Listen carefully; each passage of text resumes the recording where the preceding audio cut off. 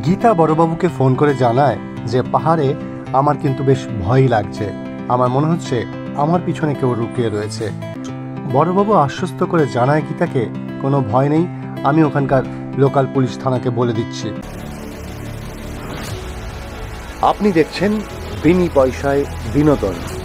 পদ্ম মনে মনে ভাবছে যে এই উকিল দিদিমণি আমার জন্য কত কিছু করেছে, আমি তো উকিল দিদিমণিকে ভীষণ ভালোবাসি, কিন্তু আজকে পরিস্থিতির চাপে এসে আজকে এই অবস্থা হয়েছে।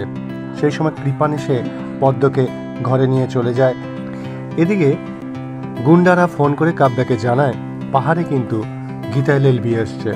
তখন গুন্ডাদের কাব্যা বলে দেয়, তোমরা ঠিক ও যেভাবে আমাদের পিছু নিয়েছে ঠিক সেইভাবে তুমিও ওর পিছনে থাকো এবং ঠিক সময় ঠিক কাজটা করে দিও। তারপর কাব্যা পদ্মকে বলে যে গীতার কোনো অসুবিধায় পড়েছে, শিগগির যাও গীতার কাছে। এবং যখন পদ্ম গীতার কাছে গিয়ে পৌঁছায় তখন দেখে কৃপান গীতাকে ধাক্কা মেরে ফেলে দিয়েছে এবং পদ্ম তখন গীতা দিদিমণি বলে চিৎকার করে ওঠে এবং কাব্যা তখন এসে তাকে বলে, পদ্ম তুই গীতাকে ফেলে দিলি, সমস্ত দোষ কি এবার পদ্মর ঘাড়ে এসে পড়বে?